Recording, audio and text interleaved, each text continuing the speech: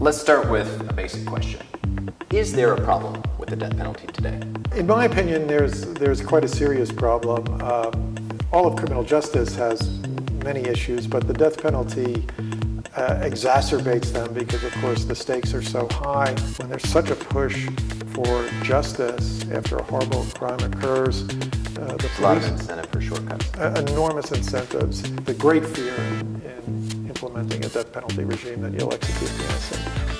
Are you more likely to get the death penalty if you kill a woman as opposed to killing a man? I think the answer there is yes, indeed you are.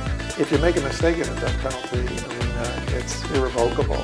It's really hard for me to imagine what it must be like to be an innocent father who's just lost his children and then to be put to death for that when you were not the culprit in the case.